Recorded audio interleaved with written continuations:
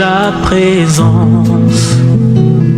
Tu me remplis de joie, de ton esprit, devant ta face.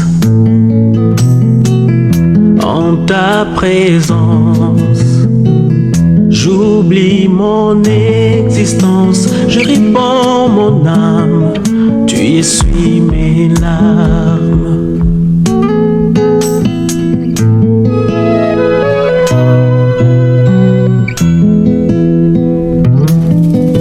Je contemple ta splendeur, ta beauté. Bénissons donc le Seigneur en ce matin pour sa grâce et sa fidélité, au privilège qu'il nous accorde d'être vivants devant de lui et d'être en sa présence en ce matin. Alléluia. Nous n'allons pas oublier de saluer nos très chers téléspectateurs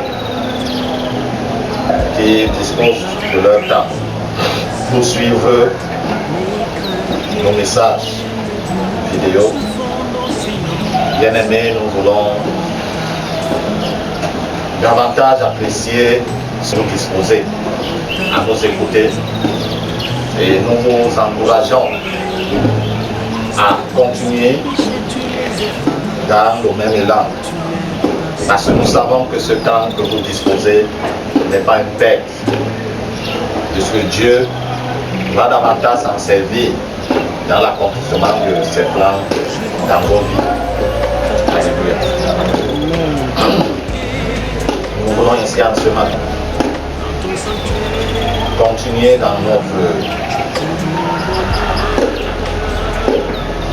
la tâche que nous avons introduite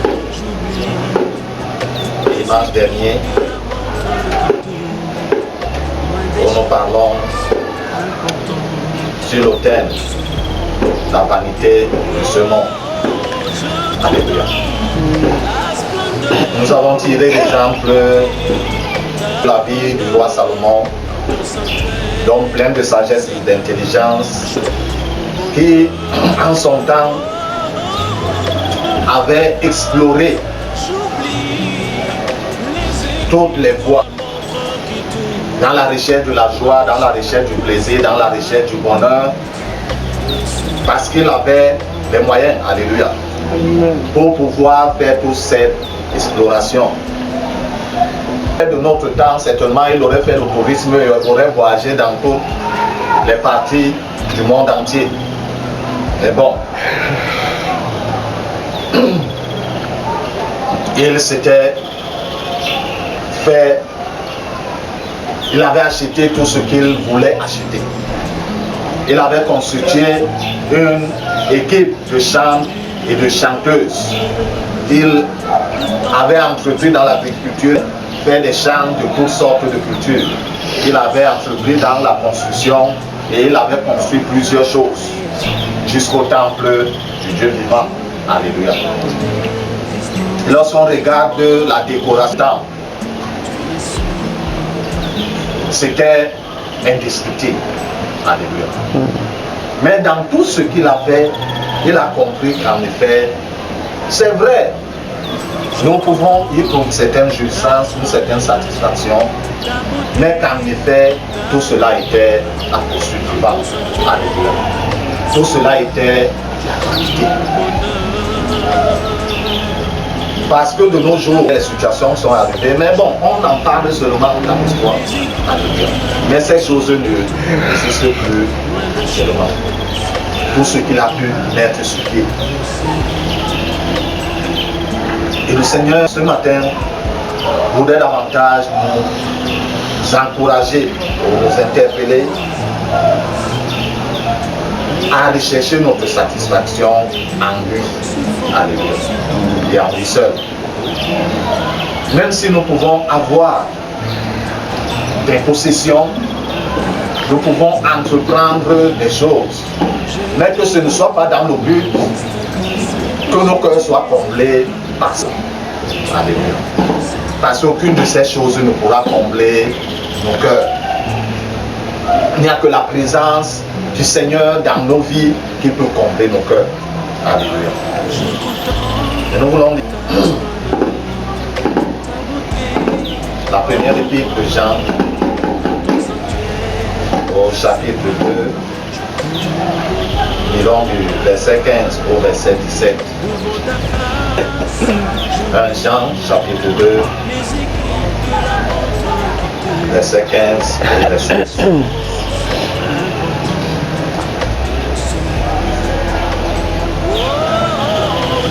Il est écrit: n'aimez pas le monde, ni ce qui est dans le monde.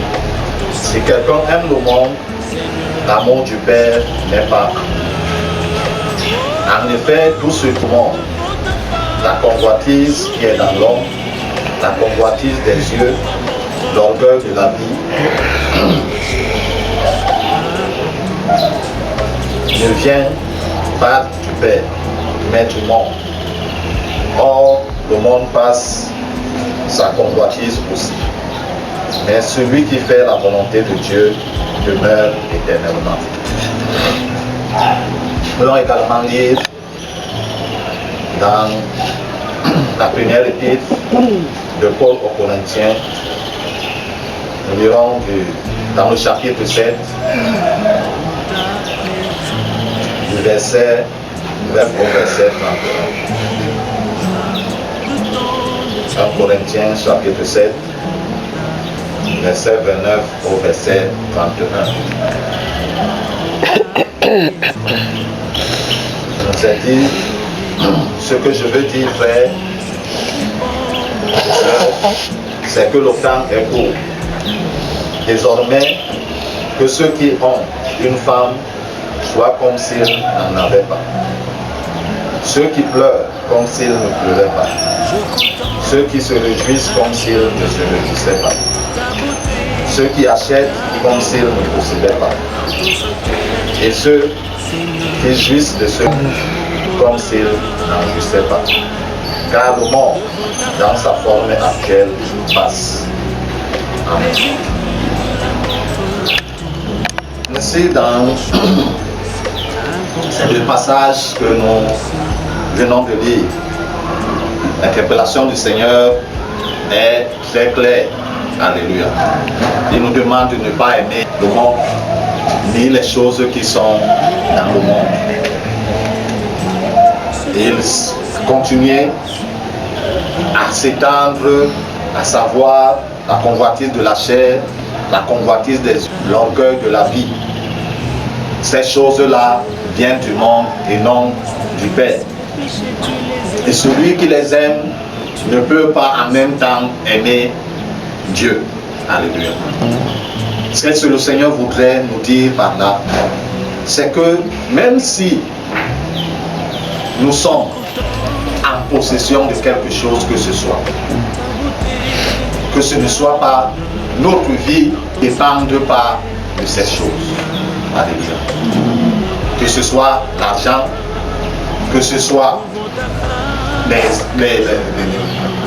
les maisons, les voitures, une femme, et tout ce que nous pouvons avoir, que notre vie ne dépende pas de ces choses. Alléluia. Parce que nous pouvons les avoir maintenant et demain ces choses disparaissent. Nous pouvons nous rappeler de la vie de Job. Alléluia. Il était bien riche. Sa famille était bien garnie. Mais en un seul jour,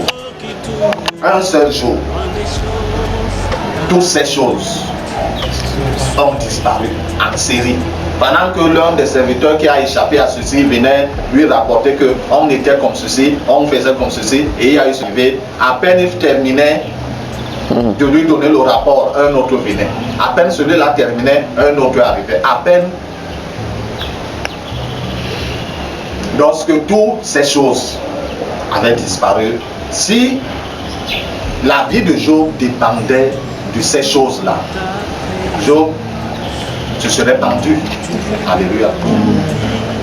Il se serait pendu, il serait mort parce que sa vie dépendait de ça. Même de ses enfants, sa vie ne dépendait pas, sa vie dépendait de Dieu. Et il a répondu à sa femme lorsque sa femme lui a dit que malgré tout ceci, tu restes encore intègre vis-à-vis de Dieu. Il demande à sa femme que Dieu, quand Dieu nous donne du bien, nous nous réjouissons. Quand le mal arrive, ou le malheur arrive, devant nous maudire Dieu. Pour ces choses qui sont dans nous ne devons pas nous lancer à une recherche sans frein. Ces choses. Parce que la plupart, depuis lors, et même de nos jours qui tirent, plusieurs se lancent dans la recherche de ces choses. Si c'est l'argent, il est même prêt. S'il ne parvient pas à sacrifier quelqu'un, il est même prêt à sacrifier un de ses pour avoir de l'argent. Et avec l'argent, on peut acheter les voitures, on peut construire les maisons, on peut avoir ceci, on peut avoir cela. D'autres pour la renommée, il est prêt à vendre même son âme pour avoir la renommée. Et cette renommée va durer combien de temps? Alléluia. Parce que l'adversaire qui donne cette renommée, quand tu es élevé aujourd'hui, ne dis pas quand il va te rabaisser. Alléluia. Quand le moment arrive, on te fait comprendre que c'est de ta place à quelqu'un d'autre. Peut-être toi tu as vendu un bras. Peut-être elle a vendu ses 2 bras. Ou alors tu as donné une personne en sacrifice. La personne a donné 10 personnes parce qu'elle veut te remplacer. Lorsque le moment arrive, le maître vers qui tu t'es tourné va te dire c'est de ta place. Alléluia. Si tu ne cèdes pas ta place, il va te renverser partout des moyens. De cette renommée d'homme. Aura juste fait comme le feu de paille. Alléluia. Mais le Seigneur nous demande de rechercher à faire sa volonté. Parce que le monde passe. Sa convoitise aussi passe. Chaque jour, de nouvelles choses sortent sur le marché, dans chaque domaine, dans chaque secteur. De nouvelles choses, même dans la technologie, on invente, des inventions ne font que sortir. Alléluia. On parlait du téléphone, lorsque le téléphone venait de sortir, le téléphone portable, bien entendu. Tout le monde cherchait à en avoir. Celui qui n'avait pas le téléphone était vu comme quelqu'un qui est en arrière. Alléluia. Mais la première sortie, la première série existe-t-elle encore aujourd'hui? Elle a été oubliée depuis, jetée depuis, peut-être même recyclée. Alléluia. Tout ça est passé. De nos jours, on parle de génération et de génération de téléphones portables. Parce que ces choses-là passent. Alléluia. Si nous nous accrochons à ces choses, lorsque ces choses vont passer, nous passerons également. Et l'apôtre Paul, écrivant aux Corinthiens, leur fait comprendre que le temps est quoi? Est court. Il parlait en langue 58 de notre époque. Nous sommes aujourd'hui en 2021. Plusieurs siècles se sont écoulés. En ce temps-là, eux, ils voyaient que le temps est court. À combien plus fort raison, nous qui sommes à la fin de ce temps. Et que celui qui a une femme soit comme s'il n'en avait pas.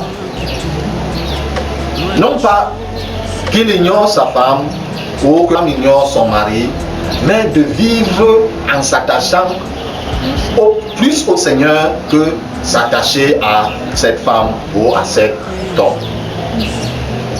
Parce que ça peut arriver que l'homme, à nous nous sommes attachés aux dépens du Seigneur, meurt. Alléluia. Et s'il meurt, nous également, nous risquons de mourir. Ou cette femme à qui nous sommes attachés aux dépens du Seigneur meurt. On a entendu des histoires comme ça. Le mari est mort aujourd'hui, la femme est morte le lendemain. Ou alors, une semaine après l'enterrement, la femme meurt parce que son cœur était attaché à son mari et tout son espoir était perdu. Que celui qui possède soit comme s'il possédait. que ces choses nous servent à vivre, nous servent à servir le Seigneur, nous permettent, mais pas que nos vies en dépendent. Parce que nos cœurs ne peuvent pas être partagés. Alléluia. Dieu ne peut pas avoir la deuxième place dans nos cœurs. Il n'en accepte pas. Donc si quelque chose d'autre a la première place dans nos cœurs, ok, Dieu reste dehors. Il n'est pas dedans pour dire que non, il prend la deuxième. Dieu est dehors, hors de nos cœurs. Donc c'est encore plus l'interpellation que le Seigneur matin. Si nous regardons la vie du roi Salomon, tout ce que ses yeux voulaient voir, s'il fallait acheter, il achetait. S'il fallait construire, il construisait. S'il fallait, pour que ses yeux, et nous savons tous que les yeux ne vont jamais se rassasier de voir. Alléluia. Même quand c'est une émission en direct, quand on fait encore la rediffusion, l'œil te dit toujours, regarde quand même. Tu es passé devant cette boutique, tu as vu une très belle robe. Hier, quand tu repars le lendemain, on a cette même très belle robe. L'œil va te dire de faire quoi? Regarde tout de même si tu as vu hier. L'oreille va te dire, écoute encore tout de même. Alléluia. Ici, on vit, notre vie n'aura pas de frein. Alléluia. C'est pourquoi il y a des gens qui sont dans la course. Il achète ceci aujourd'hui, il achète ceci, il achète l'autre. Dès que tu as acheté, peut-être c'est une chemise, même celle qu'on met, dès que tu l'as portée une première fois, une deuxième fois, tu vas voir une autre chemise qui est sortie. D'autres, comme nous sommes dans le monde de la technologie, ils sont abonnés dans les firmes de création, de mode et de tout et tout. Et la semaine prochaine, ils sortent une autre mode et te balancent la notification que regarde ce qui vient d'arriver. Et si tu es dans cette course, tu vois toi-même que ta vie n'aura pas de frein. Ta vie n'aura pas de paix. Parce que tu seras toujours à la recherche de ce qui ne satisfait pas. Or, le Seigneur Jésus-Christ se présente comme celui-là seul qui peut satisfaire le désir de nos cœurs. Par rapport à cette vie. Et nous donner l'assurance par rapport à la vie à vivre. Être satisfait ne veut pas dire avoir obtenu tout ce qu'on veut dans cette vie. Parce qu'on ne peut pas obtenir tout ce qu'on veut. Même tous ceux qui ont tout l'argent du monde, il y aura toujours des choses qui les manquent. Mais si on se lance dans cette recherche d'obtenir tout ce qu'on veut, on sera prêt à éliminer tout le monde qui apparaît comme un adversaire devant nous. Et si on est tout le monde sur la planète Terre pour rester seul, la vie aura quel sens? Alléluia. Donc l'invitation du Seigneur ce matin, bien-aimé, c'est que malgré tout ce que nous pouvons posséder, malgré tout ce que nous pouvons être et avoir et tout ce que nous pouvons faire, que nous recherchons en lui et en lui seul notre satisfaction. Tout ce que nous avons, tout ce que nous pouvons faire, soit seulement comme pour nous accompagner. Alléluia. C'est alors que notre vie aura un sens. C'est alors que nous pourrons être satisfaits. Au fur et à mesure, nous avançons dans la marche avec le Seigneur. Au fur et à mesure, il nous permet de comprendre ses voies. Au fur et à mesure, notre cœur sera satisfait. Parce que ce vide-là qui crie dans notre cœur, ce n'est pas l'argent, ce n'est pas les immeubles, ce n'est pas les plantations de quoi ou de quoi, ce n'est pas une de femme qui va combler ce vide. D'autres se sont lancés dans cet aspect. Il a épousé la première. Non, après un an de mariage, la première ne me satisfait plus. Il a pris la deuxième. Ça ne, et il a pris, et il a pris, et il a pris, et il a pris. Salomon avait 1000 femmes. 7000 épousées, 700 épouses et 300 concubines. Et lui-même a compris que tout ça c'était quoi? La vanité. Je ne vois pas un homme qui en a autant de choses. Mais jusque-là, nous ne tirons pas de leçons. Alléluia. D'aide à comprendre. Il y a de nos vies selon sa volonté. Comme il est éternel, lorsque le moment va arriver, nous entrerons dans l'éternité avec lui. Le Seigneur bénisse sa sainte parole dans nos cœurs en ce matin, et surtout que nous puissions précieusement la garder et la mettre en pratique. Amen. Seigneur, Dieu de bonté, de fidélité, Père de grâce, j'élève ma voix, Seigneur notre roi, à la suite de cette parole presse. Ô Dieu éternel, pour celui-là, ou celle-là, Seigneur, qui disposera la minute de son temps, tu étends, Seigneur notre Dieu, notre roi, ta main de grâce. Par ton esprit pour lui faire comprendre davantage. D'amener, Seigneur notre Dieu, notre roi, à saisir davantage au Père la pensée, Seigneur notre Dieu, de ta parole. Et à, Seigneur notre Dieu, notre roi, ajuster sa vie conformément, Seigneur notre Dieu, à ta parole. Ne mets pas, Seigneur notre Dieu, de côté. Que ta main toute puissante, Seigneur, de roi, agisse dans sa vie. Dans les aspects de sa vie que toi tu connais. Ou même cette personne ne soupçonnait pas, au Père, que la main de l'ennemi était en train de travailler. Que ta main te tente pour, ô Dieu de gloire de grâce, renverser ses œuvres de l'ennemi dans sa vie. Quel que soit l'aspect de l'éternel, que ta main toute puissante œuvre pour apporter, Seigneur notre Dieu, la réparation, apporter la restauration, Seigneur notre Dieu, apporter le relèvement au Dieu, à la gloire et la gloire de ton Seigneur. Dieu de merveille, merci parce que tu es fidèle. Merci notre roi parce que tu agis toujours, Seigneur, selon tes permissions. Sois béni et honoré au nom de Jésus-Christ. Amen. Devant ta face, j'oublie les aiguilles de la montre qui tourne, loin des choses importantes de ce monde.